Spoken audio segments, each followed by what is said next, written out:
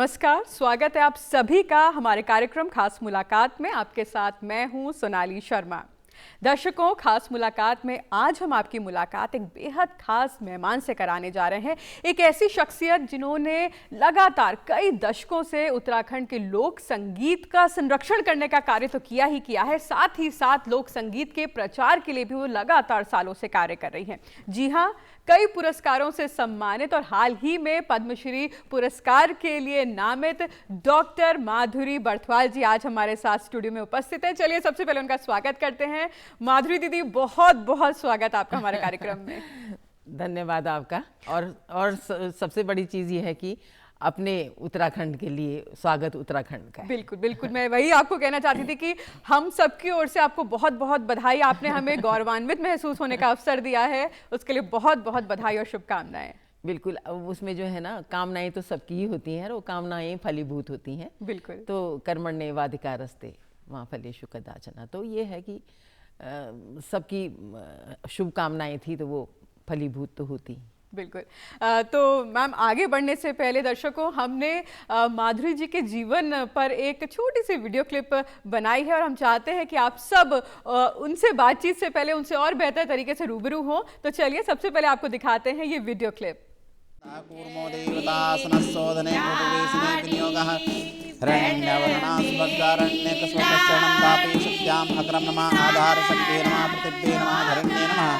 मेदिन्ये नमः, कास्माय नमः, रत्नासनाय नमः, कवमासनाय नमः, धर्मासनाय नमः, पद्मासनाय नमः, श्वेतासनाय नमः, लोकासनाय नमः, शेषाय नमः। मंगलम भगवान विष्णु पादगंधाक्षाणी समर्पयामि नमः। उत्तराखंडी लोक की संगीत, संस्कृति व लोक परंपराओं की सच्ची उपासिका, सुर तालों पर गहन पकड़ रखने वाली सुर साधिका माधुरी बर्थवाल। एक ऐसा नाम जिसका स्मरण करते ही हृदय वीणा के तार झनकृत हो जाते हैं, जिसकी वाणी में मानो माँ सरस्वती का वास हो। डाली झपन्याली बे की डाली होली, डाली झपन्याली बे की डाली होली। 12 महीनों की क्या खास बात, 12 महीनों की क्या खास बात, 12 महीनों मछरी तुछना, 12 महीनों मछरी तुछना, फूल खिला लचैता का महीना, आली बिखोत बैसाख महीना। आपकी प्रारंभिक शिक्षा दीक्षा गढ़वाल जिले के लहसटॉन में हुई थी। संगीत की पढ़ाई के बाद इसी स्कूल में आपको संगीत अध्यापिका की नौकरी मिली। आकाशवाणी नजीबाबाद में आपको म्यूजिक कंपोजर के रूप में नियुक्ति मिली। यहाँ आपने कई अविस्मरणीय रचनाओं का सृजन किया। आपकी गहन साधना, कठोर परिश्रम व लोक संगीत के प्रति पूर्ण समर्पण को देखते हुए भारत सरकार द्वारा पद्मश्री सम्मान के लिए नामित किया गया है। दूरदर्शन परिवार की ओर से आपका हार्दिक अभिनंदन व शुभकामनाएं। तो दर्शकों, उम्मीद करते हैं आपको हमारा ये प्रयास पसंद आया होगा। तो कार्यक्रम को आगे बढ़ाते हैं। सबसे पहले आपसे जानना चाहूँगी, कलाकार का जीवन लग जाता है इस मुकाम तक पहुँचने में और पद्मश्री पुरस्कार के लिए नामित होना, और आने वाले महीनों में आपको पुरस्कार से नवाजा भी जाएगा। हर कलाकार बहुत उम्मीद से इस पुरस्कार की ओर देखता है, पूरा जीवन अपना लगा देता है। जब आपको सूचना मिली कि आपको इस पुरस्कार से नवाजा जाएगा, आप नामित की गई हैं इस पुरस्कार के लिए, तो उस वक्त कैसा महसूस हुआ, क्या अनुभूति उस वक्त हुई? बस ये है कि अच्छा लगा कि ईश्वर ने हमको ये सौभाग्य दिया और मेरे उत्तराखंड का नाम हुआ। ये मेरे लिए सबसे बड़ी गौरवान्वित होने वाली बात है। और जौ जस देना खोली का गणेश मूरी को नारायण, ये मैंने लाखों बार गवाया होगा, तो जय और जश उन्होंने दिया मुझे, मेरे पूरे उत्तराखंड को। तो खुशी तो होती है, सबको ही खुशी थी। तो मेरे जो बचपन से जिन्होंने मुझे देखा या जिन्होंने मेरे को मतलब संघर्ष करते हुए देखा, तो वो जो है रात के 3 बजे तक उन्होंने मुझे सोने नहीं दिया। कहने लगी हम तो जो है ना खूब कूद रहे हैं कि आप भी नहीं सोओगी, कि बिल्कुल नहीं। तो ऐसे था, मतलब सबको खुशी थी उसकी। बिल्कुल, क्योंकि वो आप एक अकेली को नहीं, वो पूरे उत्तराखंड को, पूरे परिवार बिल्कुल, को कहीं ना कहीं गौरव हाँ। महसूस हो रहा है। और माधुरी जी, आपने जो अभी जो शब्द बोले खोली का गणेश, हम चाहते हैं थोड़ा सा आप हमारे दर्शकों के लिए भी वो गुनगुना दें। तो ये है कि जो जैसा देना खोली का गणेश, जो जैसा देना मोरी का नारायण। आहा, खोली का गणेश तो बोलते ही हैं, लेकिन मोरी को नारायण, जो सबसे पहले ऊपर वाली खिड़की से जो भगवान सूर्य नारायण के दर्शन होते हैं, सुबह होती है, उजाला देते हैं वो हमको, उनके लिए हर देवी देवता, हमारे तो देवभूमि है, तो स्वाभाविक है यहाँ के लोक संगीत में प्रकृति और देवों का गुणगान ही अधिकतर होता है। बिल्कुल। तो आगे बढ़ते हैं कार्यक्रम में माधुरी जी, और बात आपके बचपन की करते हैं, आपके जन्म स्थान की करते हैं, आपकी पैदाइश की करते हैं। तो कहाँ पर आपका जन्म हुआ, परिवार में कौन कौन था, और किस तरह से फिर जो संगीत है उसकी तरफ झुकाव किस तरह से हुआ? मेरे जो है, मेरा जन्म मेरे नाना जी के घर में हुआ, और नाना जी मेरे रुद्रदत्त कंडवाल, और माँ का नाम मेरा दमयंती देवी कंडवाल उनियाल, और मेरे पिताजी का नाम चंद्रमणि उनियाल। तो वो जो थे वो स्वतंत्रता संग्राम सेनानी भी थे, और उन्होंने बहुत संघर्ष करा उन्होंने भी, और उन्होंने जो है वो नज़रबंद कैद भी रहे वो। और मेरी माँ बताती हैं कि जब वो रही होंगी तो मेरे दादाजी ने ना डर के मारे उनको घर से अलग कर दिया था कि हमको पुलिस तंग कर रही है, ये है सो है तेरे कारण, तो हम तो नहीं कर सकते, हम नहीं बोल सकते उनको बार बार। तो माँ बताती थी कि पीछे से जो है गाय बच्ची चलती थी ना मकान के पीछे से, तो मैं सोचती थी कि आ गई पुलिस, आ गई पुलिस, तो ऐसा लगता था। पर मेरा जन्म जब हुआ मेरे नाना जी के घर में, तो मेरे से पहले 2 भाई थे, तो उनका वो नहीं रहे दुनिया में। तो फिर मेरे को बहुत प्यार करा मेरे माता पिता ने, मतलब इतना ज़्यादा मेरे को दुलार दिया कि छोटे में ही मतलब मेरे को पैर धोना या वो रुई से धोना, बहुत उससे बहुत। और मेरे को बार बार बोलते थे बाबा ना, और क्या चाहिए तेरे को, ये खा ले। खाना का शौक ही नहीं था। और तब फिर जो है जब मैं 2.5 साल की थी तब लैंसडाउन में रही मैं, मतलब मेरे पिताजी फिर लैंसडाउन चले गए थे। फिर उसके बाद जो है जब ये हुआ होगा, ये स्वतंत्र हुआ होगा हमारा भारत, तो उसके बाद पिताजी लैंसडाउन में वहीं रहे। और उसके बाद जो है उन्होंने जो है मुझे ये जब 2.5 साल की रही होंगी मैं, तो वहाँ पर एक डुगडुगी पिटी। अब तो वैसा होता है, लेकिन उस ज़माने में डुगडुगी पिटती थी कोई भी समाचार देने के लिए। तो अनुशासित नगर है वो सैनिक छावनी, तो वहाँ पर उन्होंने मुझे जो है पिताजी ने बताया कि अभी डुगडुगी पिटी कि 5 साल तक के बच्चों को नरेंद्र क्लब में ले आओ। तो वो फिर मेरे को वहाँ ले गए होंगे। तो वहाँ पर मेरा उन्होंने, बहुत सारे बच्चे और भी आए हुए थे, तो उन्होंने देखा, टेस्ट लिया हमारा, तो मुझसे भी गाना सुना होगा उन्होंने। तो मेरे को क्या हुआ, मैंने तो जो है दुर्गा सप्तशती का गा दिया होगा मैंने वहाँ पर, या रामलीला का कोई गाना गा दिया होगा। मेरे पिताजी रामलीला में भी पार्ट करते थे, तो गाते थे, बहुत सुंदर आवाज़ थी उनकी, सितार भी बजाते थे, और दुर्गा सप्तशती भी गा कर पढ़ते थे वो। तो वो मौखिक जो है मुझे याद हो गया, थोड़ा बहुत जितना भी याद था वही गाया होगा मैंने वहाँ पर। तो उन्होंने मेरा सिलेक्शन कर दिया। और एक लड़की और थी माधुरी भदौला दीदी, तो उनको भी सिलेक्शन करा। तो फिर मेरे को राधा बनाया, उसको कृष्ण बनाया। और फिर उत्तर प्रदेश था उस समय, तो स्टेट लेवल पर उसका कंपटीशन हुआ और मैं राधा बनी, तो हमने नृत्य करा और फर्स्ट आए उसमें जी। और उसके बाद फिर मेरा एडमिशन वहीं GGIC लैंसडाउन में हो गया। लेकिन जब मैं 6ठी क्लास में आई तो हम लोग जो थे ना,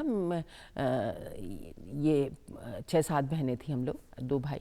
तो फिर जो है मेरे पिताजी मेरे से बोलते थे कि बाबा तू जो है इंजन है, हाँ इंजन, इंजन खड्डे में जाएगा तो सब खड्डे में चल जाएंगे। तो वो मेरे को बार बार बार बार बार बार वो शब्द भी मेरे को याद रहे। फिर मेरे को मेरे ताऊ जी के मुंह से, अगर मैं कह रही हूँ ना कि किसी को आगे बढ़ाने के लिए कोई कटु शब्द बोलने वाला अगर कोई होता है तो वो कटु शब्द तो बोलता है, बुरा तो लगता है, लेकिन वही उसके जीवन को आगे बढ़ाने के लिए उसको सहना पड़ता है ना। तो उन्होंने, जब मैं छोटी 5 साल की थी तो हम खेल रहे थे वहाँ पर, गिट्टी खेलते थे उस ज़माने में, तो ताऊ जी ने कहा कि मेरे भाई की तो लड़कियाँ हो रही हैं, और वो तो इधर उधर ब्याह देगा उनको गधेरों में, और मैं तो अपने लड़की को मास्टर नहीं बनाऊँगा। मैंने सुन लिया, और उन्होंने मेरे को 1 रुपया वो दिया, 1 आना, मैं उन्हीं के सीढ़ी में रखा उसको और अपने घर आ गई सीधे। वो जा रहे थे, जब अपने सर्विस पे जा रहे होंगे ना, तब उन्होंने सबको बांट रहे थे, तो मेरे को भी दिया। फिर घर आई, मैंने कहा माँ एक बात सुनो, तुम मेरी शादी तो नहीं करोगी? मेरी माँ ने सोचा जरूर कुछ गड़बड़ हो गई, इसने कुछ सुना है। तो माँ ने कहा कि क्या बनना चाह रही फिर तो? शादी तो करनी पड़ेगी भाई। मैंने कहा नहीं, मैं बिल्कुल शादी नहीं करूँगी, मैं पढ़ूंगी, मैं मास्टर नहीं बनूंगी। उन्होंने कहा कि ठीक है, फिर पढ़ना पड़ेगा तेरे को, उसके लिए तो बहुत मेहनत करनी पड़ती है भाई। उसके बाद मैं लैंसडाउन मैं जब पढ़ने के लिए हुई, तो मेरे को बार बार वही खोपड़ी में जो है मेरा आघात होता रहता था। एक तो तू इंजन है, एक तो वो है। मैं बोलती बहुत कम थी उस समय, नहीं बोलती थी ज़्यादा, और अब तो खैर बहुत बोलना पड़ता है, आकाशवाणी में रह गए तो बोलना ही पड़ता है फिर। तो फिर जो है, तब जो है फिर मेरे ये 6ठी क्लास में जब मैं आई पढ़ते पढ़ते, तो एक तो खौफ से आदमी पढ़ता है और एक शौक से। तो मुझे शौक भी था और खौफ भी था, दोनों चीज़ें थी मेरे दिमाग में। तो माधुरी जी, शौक और खौफ की आपने बात करी, शौक को किस तरह से आप मुमकिन कर पाई, क्योंकि वो वक्त बहुत अलग था और तब लड़कियों का संगीत की ओर झुकाव, तो किस तरह, मतलब डे टू डे लाइफ में किस तरह से आपको फेस करना पड़ता वही था ना, माँ बाप का कितना साथ मिलता था? तो वही 6ठी क्लास में जब मैं आई तो पिताजी ने कहा कि बेटा अब स्टेज पर भी नहीं जाना और गाना भी नहीं, हमारे यहाँ गाना बजाना ठीक नहीं मानते, और मेरा देश निकाला हो जाएगा, मेरे को परिवार वाले निकाल देंगे, मेरा हुक्का पानी बंद कर देंगे, इसलिए बिल्कुल गाना नहीं है अब। और मेरे को बुखार आ गया, बोल तो कुछ सकती नहीं थी, लेकिन गमगीन इतने ज़्यादा हो गए कि बुखार आ गया। तब मेरी प्रिंसिपल थी वो श्रीवास्तव मैडम, तो वहाँ की थी वो मुरादाबाद की। तब वो घर में आई तो उन्होंने कहा पिताजी से कि आप जो है माता सरस्वती का तिरस्कार कर रहे हैं, इतना बड़ा वरदान आपको मिला हुआ है, आपने उसका मुंह बंद कर दिया, और वो बुखार में हो गई वो। तो पिताजी ने कहा कि हमारे यहाँ तो गा ही नहीं सकते, मैं कैसे कर सकता हूँ, मैं नहीं कर सकता। तो उन्होंने कहा कि आप जो है, आप तो जानते हैं ना कि क्लासिकल क्या होता है। तो पिताजी ने कहा कि मैं कैसे कराऊँ, मैं नहीं करा सकता। उन्होंने कहा कि नहीं, आप जाइए, इसको चुपचाप से कराइए आप, जो किसी को पता ना लगे। और वाकई फिर उन्होंने मेरा साथ दिया, कि प्यार भी बहुत करते थे, बुखार में भी कितने दिन रखते फिर। तो उन्होंने फिर मेरे को कभी इलाहाबाद, कभी नजीबाबाद, कभी दिल्ली, कहीं ऐसे ले गए, और 4 दिन के लिए ले गए होंगे तो 40 दिन का याद करने के लिए बोला कि 40 दिन का याद करेगी। तो 4 बजे सुबह उठ करके रियाज करने बैठी होंगी तो रात के 12 बजे तक वहाँ पर इलाहाबाद या नजीबाबाद में, जब मैं अपने गुरुजी से सीखने जाती थी, ज्वाला प्रसाद शर्मा जी से। तब जो है, और घर में आई जब मैं, तो उन्होंने हमारे यहाँ ढैपुर होता है एक कमरा हुआ, कमरे के ऊपर बना होता है ऐसे, तो उसके अंदर सामान रखा रहता है, तो वहाँ से कोई खिड़की उड़की नहीं होती, वहाँ अंधेरा होता है बिल्कुल।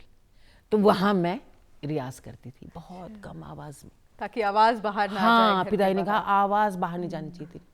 और लगातार ऐसी मेहनत करके, और जब मैं रात को मतलब सोती थी जैसे, तो मेरे पिताजी मेरे कमरे का जो लैंप था वो बंद कर जाते थे कि इसने पागल हो जाना है, 12 बज गए, अभी तक नहीं सोई ये लड़की। तो तब मैं जो है ना, रज़ाई, तो लैंसडाउन में ठंडा था, रज़ाई उड़ी हुई है और उसके अंदर टॉर्च से पढ़ती थी, क्योंकि खौफ भी था कि कभी शादी ना कर दें, मुझे पढ़ाएंगे नहीं तो क्या होगा, अगर मैं पढ़ूंगी नहीं अच्छे से, पास नहीं हुई तो फिर मेरी पढ़ाई नहीं छूट जाएगी, और तभी मेरी शादी कर देंगे, ऐसा था। वो माँ के शब्द भी बार बार याद आते थे ना। तो कठोर वक्त, मतलब वैसे भी बोलना, कठोर शब्द भी बोलने पड़ते दूसरे के जीवन के लिए। तब फिर जो है हाई स्कूल जैसे मैंने करा, तो मैंने 6th ईयर कर लिया था म्यूज़िक में, प्रयाग संगीत समिति थे। और उसके बाद जो है मेरी सर्विस अपने स्कूल में GGIC लैंसडाउन में लग गई। तब तहलका मच गया, क्योंकि मेरे को सब जानते थे, गढ़देवा में जाती थी, स्टेट रैली में जाती थी, सब मुझे जानते थे। अब अरे भाई, माधु के पिताजी ने क्या तिकड़म भिड़ाई होगी है। और तब पता लगा सबको कि गाना बजाना भी विषय होता है। फिर सब ने अपने बच्चों को भेजा कि बेटा इनको ही पढ़ाना, तो ये बहुत बड़ी उपलब्धि होती है। और उसके बाद एक कृष्णा व्यास आई थी वहाँ पर प्रिंसिपल, तो जब मैं हज़ारों बच्चों को सिखाया होगा मैंने, हज़ारों, अब वो बड़े बड़े पदों पर हैं वो बच्चे, विदेशों में भी रह रहे हैं, सारे हिंदुस्तान में रह रहे हैं, तो उनको कितना खुशी महसूस हुई होगी, है ना। ये मेरी खुशी नहीं है, सबकी खुशी है, उनके लिए है खुशी, ज़्यादातर खुशी उनके लिए ही है। तो तब क्योंकि मैं तो अपने काम में लगी हूँ, मैं तो दूसरी तरफ ध्यान ही नहीं जाता, मेरा ध्यान ही नहीं गया कभी इस तरफ, लेकिन उनके लिए कभी कभी करना पड़ता है ना। तो अब फिर उसके बाद जो है तब कृष्णा व्यास आई, तो मैं जब सैकड़ों बच्चों को जो है परेड ग्राउंड में मैं डांस करवा रही हूँ उनको, वहाँ पर दिन भर डांस करा रही हूँ, तो मेरा जो है धूप इतनी तेज़ होती थी कि वो मुझे फिर पकड़ के ले आते थे, इधर खड़ी हो, ये बच्चे तो बार बार इधर आ जा रहे हैं, तो तू यही वहीं रह रही धूप में, इधर खड़ी हो, तेरा अपना सारा रंग तूने खराब कर दिया, ऐसे करके। यानी कि उस वक्त वो जो धुन थी, हाँ, वो कहीं ना कहीं आपको रोक ही नहीं पाई और आगे संगीत के क्षेत्र में आप बढ़ते चले गए। दिग्मांशु धूलिया जी की माँ हैं सुमित्रा धूलिया जी, उन्होंने मेरे को नाटक में भी शामिल करा, नाटक भी उन्होंने बहुत सारे सिखाए मेरे को, लेकिन मैंने संगीत को ही चुना, संगीत को ही चुना मैंने।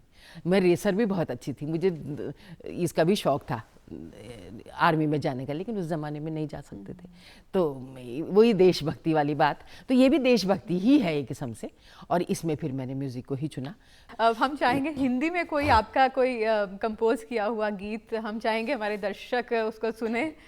देखिए मेरे को जो है ना, मुझे जो है साहित्य का भी बहुत मतलब बहुत लगाव था मेरे को, साहित्य से भी, साहित्य और संगीत का अटूट प्रेम है। तो संगीत में तो करा ही मैंने आगरा यूनिवर्सिटी से या ये प्रयाग संगीत समिति से, लेकिन फिर मैंने रोहिलखंड यूनिवर्सिटी से एमए म्यूज़िक हिंदी में करा, और फिर साहित्य और संगीत पे फिर मैंने उसी में ये शोध कार्य भी किया। जैसे हिंदी में है ये, एक तो ये है कि देखिए, कल बल कल कब लाट हुई ऊँच भोल में जौलू सौरास, धक धक धक धक जिकुड़ी कनीच कन मारौलू सौरास, कल बल कल कब लाट हुई ऊँच, ये तो गढ़वाली हो गया, ये तो गढ़वाली में लिखा मैंने, है ना। और फिर लिखा कि अति चपल चंचल चपला सीन नैनों की गति हो गई, सखी धीर बंधाऊं कैसे, सखी धीर बंधाऊं कैसे, अति मंद मंद मति हो गई, अति चपल चंचल चपला सीन नैनों की गति हो गई। ये मैंने हिंदी में, ऐसे मैंने बहुत सारे लिखे, पर माधुरी जी उस वक्त का आपको कुछ याद है, ऑडिशन जब आपने दिया था नजीबाबाद के लिए, ऑल इंडिया रेडियो के लिए, कुछ उस वक्त की पुरानी यादें हम चाहेंगे आप हमारे दर्शकों के साथ कुछ गुनगुना के ताज़ा करें। तो उस समय भी ऐसा है कि ऑडिशन जैसे हमारे यहाँ होते थे, तो गांव-गांव गई फिर मैं, और गांव-गांव से सबको लेके आई, जो अगर बढ़िया गा रहा है चल ये फॉर्म भर और आकाशवाणी नजीबाबाद में आएगा, तो अब फिर आए होंगे, तो ऐसे ही, और उनको डर लग जाती थी कि क्या हुआ ये आवाज़ कहाँ से आई, क्योंकि वहाँ तो पर्दा रहता था। और ऑडिशन भी वहाँ से मैं बोल रही हूँ अगर कि आप जो है अपना रोल नंबर बोलिए, हालत ख़राब उनकी डर के मारे, फिर अंदर गई होंगी कि डरो मत, ये जो है आकाशवाणी में ऐसे ही होता है और डरने की ज़रूरत नहीं है, आपको जो बढ़िया आता है वो गाओ, जो पूछेंगे वो गाना, और फिर अंदर चली गई। तो ऐसे करके तो बहुत वो होता है। और फिर सबसे बड़ी चीज़ है कि जब एक मुकाम पर पहुंचता आदमी तो फिर अपनी जड़ की तरफ ज़रूर आता है ना, कि क्या उसका नाम कहते हैं ना कि भूल गया जो संस्कार वो जीवन खरा नहीं रहता, और जड़ से अगर जुदा हो गया तो पत्ता हरा नहीं रहता। ये भी हर समय मेरे दिमाग में गूंजता रहता था ये शब्द, ये पंक्तियाँ। तो अपनी जड़ से मिलना बहुत ज़रूरी है। तो मैंने तब अपने लोकगीतों पर ही फिर मैंने रिसर्च करनी शुरू करी और उनको संरक्षण करना शुरू करा। और आप पहली महिला कंपोजर के नाम से जानी हाँ जाती हैं, जी, देश हाँ की जी। पहली। जी, अब आज भी ये सुनने को बहुत कम मिलता है महिला कंपोजर। उस वक्त उस जमाने में पहली महिला कंपोजर बनना, तो वो किस तरह से आपने इतने एक बड़े दायित्व को निभाया, किस तरह से उसने आपके जीवन को बदला, एक महिला कंपोजर के रूप में आप जानी जाती रही हैं तब से? हाँ, सबसे बड़ी चीज़ ये होती ना कि अपने मन पर काबू होना चाहिए। अगर हमारा निश्चय दृढ़ है तो हमको कोई विचलित नहीं कर सकता, है ना।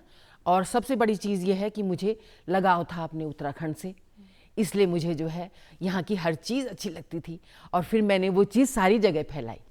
नजियाबाद गई तो वहाँ के लोगों को भी मैंने वही सम्मान दिया, जो मेरे लिए प्यार यहाँ था वही प्यार मेरा पूरा हिंदुस्तान मेरा अपना है भाई। मैं कभी नहीं सोचा ऐसे। मैंने अगर ये देखा होगा कि आहा इसमें कौन सा राग है, आहा दक्षिण भारत का राग है ना।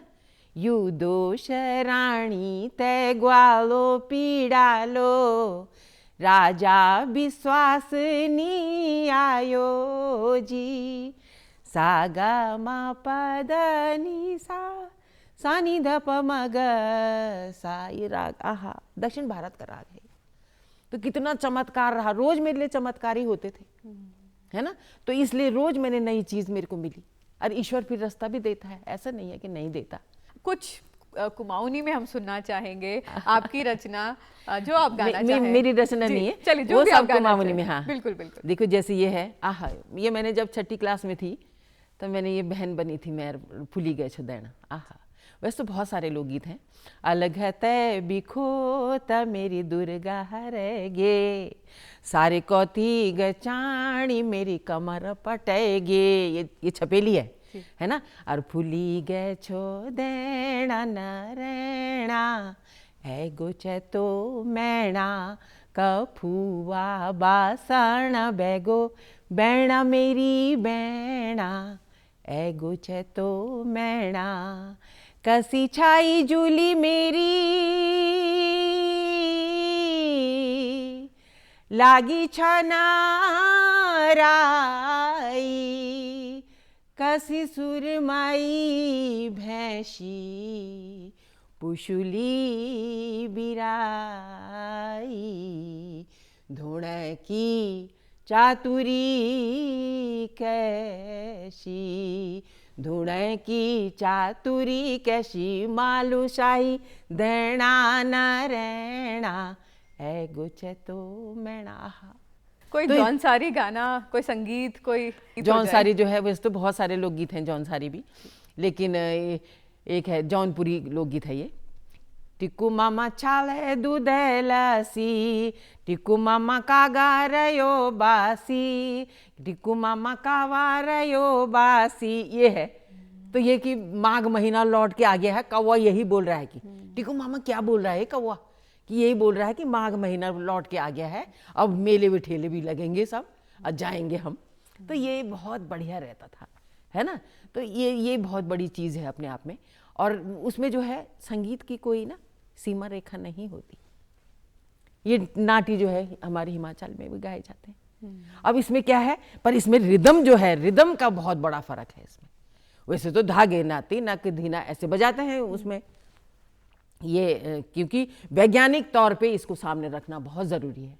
जब हम किसी चीज़ को वैज्ञानिक रूप में सामने रखते हैं तो उसको सब ग्रहण करते हैं।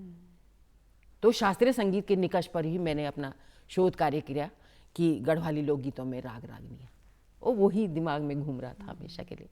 तो यही चीज़ है। तो इसमें भी जो है धीनक धीनक धीन धीन तक धागे तिरकड़ धीनक, मतलब वो है उसमें ताल में वो उतने ही है वो, लेकिन उसके बजाने का तरीका फर्क है। आप साहित्य में भी अपने लोकगीतों का साहित्यिक रूप से भी शोध कार्य कर सकते हैं। धन मेरी धनुली धना धन तेरी लस कमर धन मेरी धनुली धना धन तेरी लस कमर, ये जो है अब धन मेरी धन धन धन अनुप्रास अलंकार है कि नहीं है।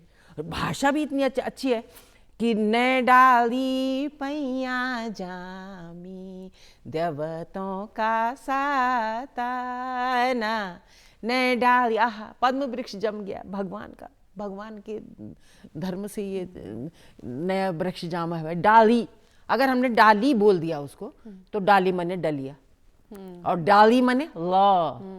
कैसी भाषा है, बहुत परिष्कृत समृद्ध भाषा, साहित्य की दृष्टि से, संगीत की दृष्टि से, हर दृष्टि से।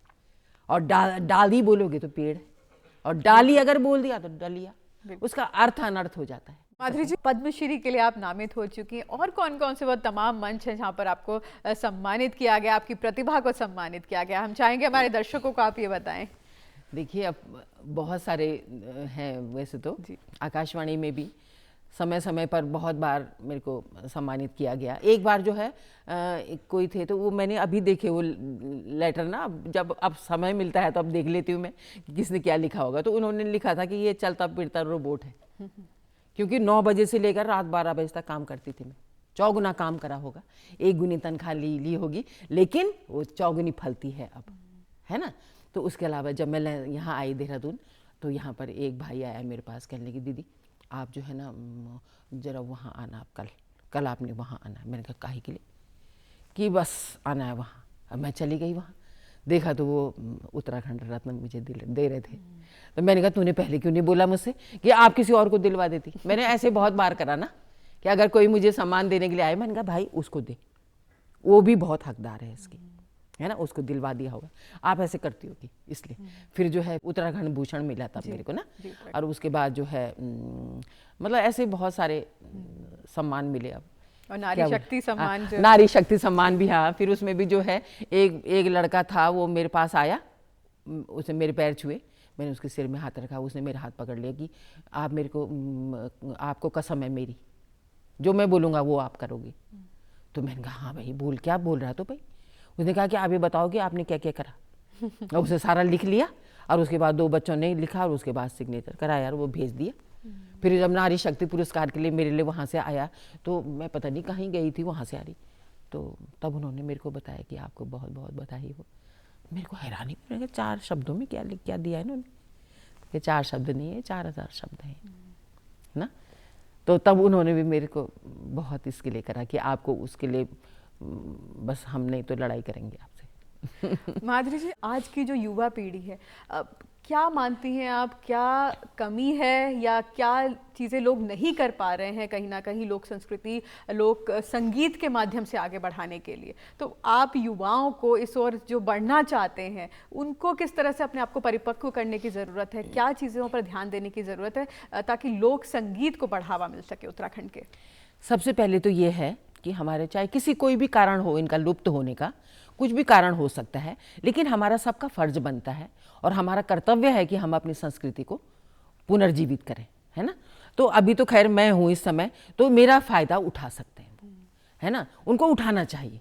मैं हर वक्त तैयार हूँ। अब तो इतना बढ़िया है कि ऑनलाइन भी आप सीख सकते हो, आपको कुछ पूछना है तो भाई व्हाट्सएप पे भी पूछ सकते हो आप, हर तरह से आपके लिए तो बहुत सुविधाएं हैं। वो तो वो ज़माना था जब मैंने वो छुप छुप के सीखना पड़ता था डर के मारे, तो वो ज़माना था। अब तो बहुत सारे रास्ते खुले हुए हैं।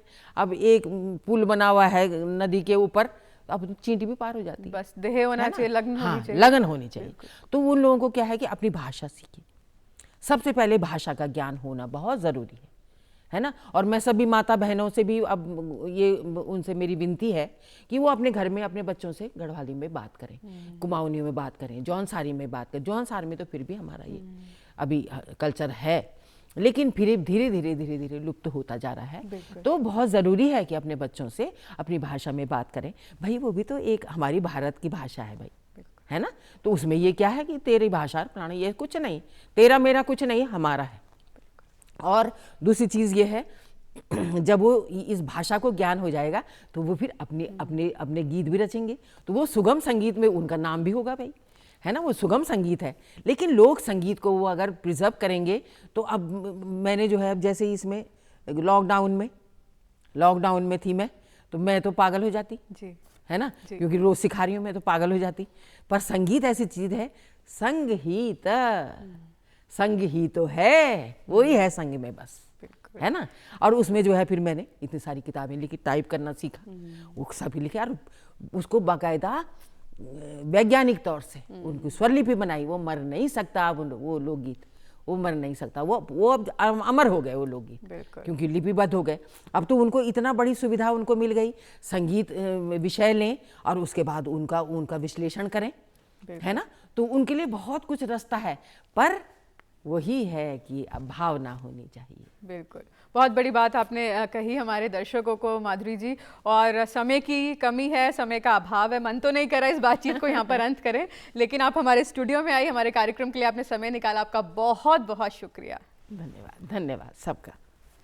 तो दर्शकों, उम्मीद करते हैं आज का ये बेहद खास एपिसोड आप सभी को पसंद आया होगा। अगली बार फिर आपसे मुलाकात करेंगे एक और हस्ती के साथ, तब तक के लिए इजाजत दीजिए, नमस्कार। डाली झपन्याली बे की डाली होली, डाली झपन्याली बे अमुआ डाली होली, डाली झप